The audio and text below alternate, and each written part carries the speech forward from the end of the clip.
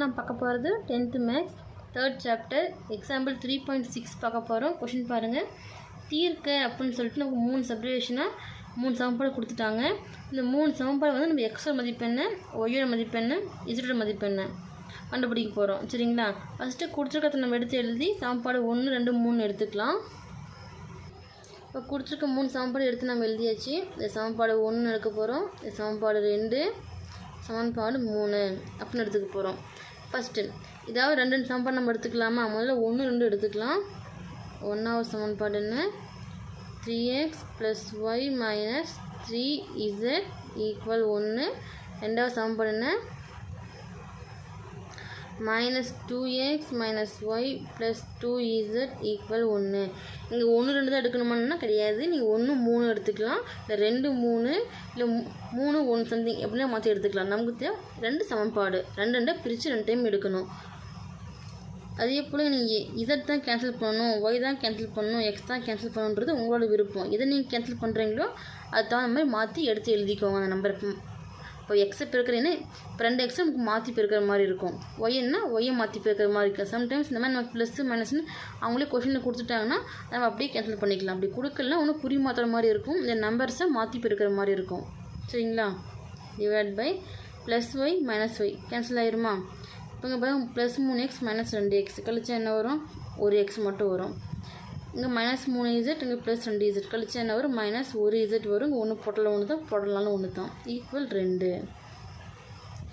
இது சமன்பாடு 4 எடுக்க போகிறோம். அடுத்து 1வது சமன்பாடு எடுத்துக்கலாமா?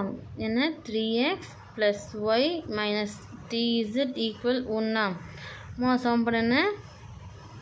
-x - y + z = 2.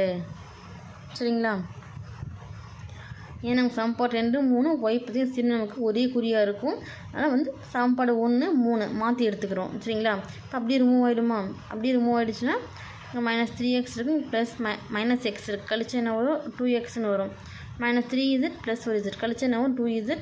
இங்கே மைனஸ் இருக்கிறதுனால பெரியனுக்கு -2zன்னு வரும். = 1 2 கூட்டணும் நமக்கு என்ன கிடைக்கும்? 3. சரிங்களா?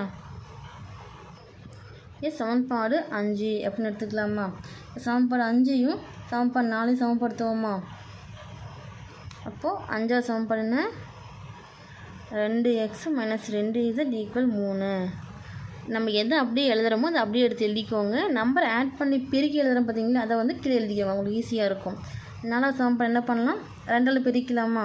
2ஆல் பெருக்கினா 2 × x 2x - 2 × z 2z = 2 × 2 4. சரிங்களா? நீங்கள் மேலே 4 சமன்பாடு எழுதிட்டு கீழே 5வது சமன்பாடும் எப்படின்னா எழுதிக்கலாம். குறி மாற்றிக்கலாமா? மைனஸு, இங்கே ப்ளஸ்ஸு, இங்கே மைனஸு. அப்போ என்ன ஆகும்? +2x - 2x கேன்சல் ஆயிருமா? அடுத்து -2z + 2z கேன்சல் ஆயிரும். அப்போ என்ன வரும்? 0 வரும். இங்கே 3 - 4 கழிச்சா என்ன வரும்? -1. அப்போ இந்த 0 = -1 வந்திருக்கு.